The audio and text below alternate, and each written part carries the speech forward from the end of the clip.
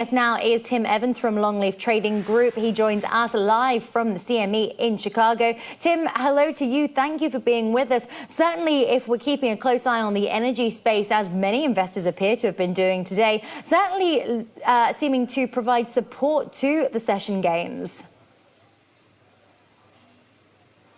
Hi, yeah, nice to be with you today, Natalie. Yeah, I mean the crude oil market, has a lot to work with in terms of bullish factors. The geopolitical tensions, seem to be really piling up one after another here, which is, providing a good base for crude oil, as we're kind of approaching that heavy resistance level at $55. So, the news flow's been perfect for, what crude oil needs to take the path it's currently taking. That said, and we were discussing this a little earlier with Teddy Weisberg from Seaport Securities, given the volatility in the oil space, how firmly do you see investors jumping into this upward move in the energy players? Well, if you look at the oil VIX, while it has increased here as the market kind of found a short-term bottom, by historical standards, or where we've been over the last 12 months, there's still a lot of room for volatility to pick up. I don't think the market's going to have the ability to move dynamically through the $55 price level, without some confidence that that deal that you just referenced before I came on with OPEC is going to be extended past that June date. But if we continue to see the geopolitical concerns develop that are currently concerning the market, along with some confidence behind a renewal of the OPEC deal, I think it gives investors a good opportunity to get long energy.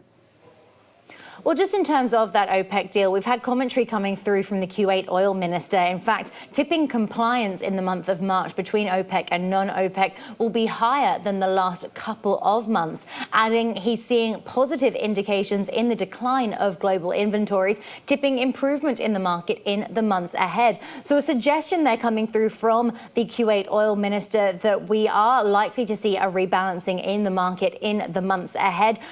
Do you think that we can really work to that near a time frame here, Tim? I don't. I've been making this argument for a month. There's been pretty consistent rhetoric from OPEC members that we are indeed seeing rebalancing. There's been a couple of small signs of that, but by and large, the numbers on my end just don't add up yet.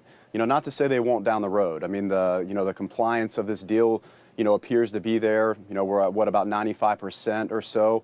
The concern that the market had that there wouldn't be that compliance to get to the point of rebalancing appears to have proven itself false.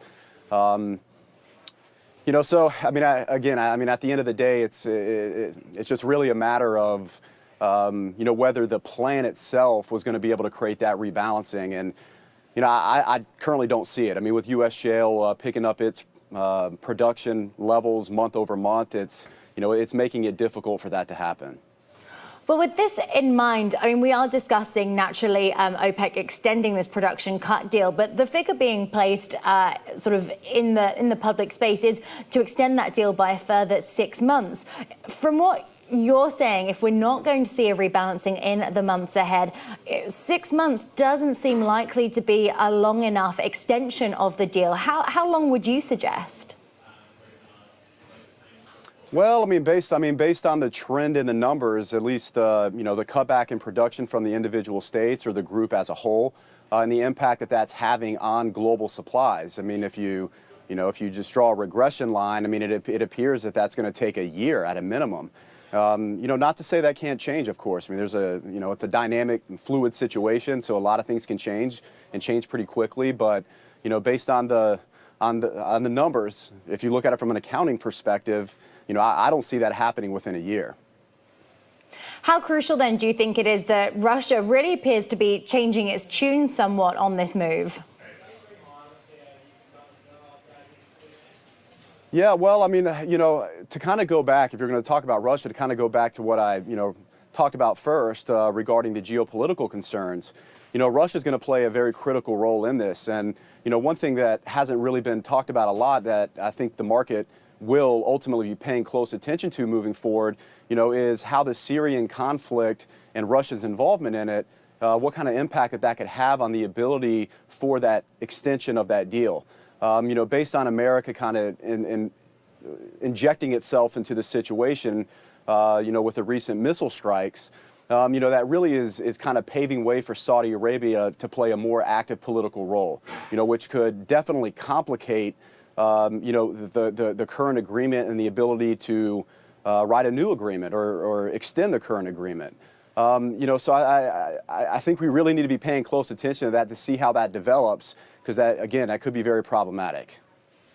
So, Tim, just on that note, we had the suggestion sort of in the immediate wake of that Syria missile strike, concerns that this conflict or unrest could spread within those Middle East countries and within those oil-rich countries, and that is where supply concerns could emerge. But you're suggesting that, in fact, the deeper fallout from this could, in fact, be a more broad political one, including Russia.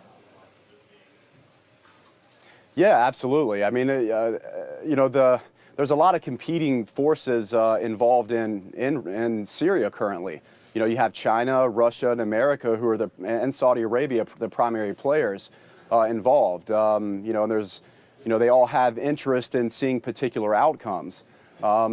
This deal ultimately required Russia and Saudi Arabia, who have competing interests with regards to that particular situation, to kind of compromise to come to an agreement. If that situation is inflamed in such a way where that compromise can't be found, obviously that could, again, be very problematic for that extension the market's expecting at this point. Very interesting. Well, currently seeing light crude sitting higher by just shy of 1.7%, in fact, moving above that $53 a barrel level. Tim, always a pleasure to get your insights. Thank you very much. Thanks, Natalie. Have a nice day.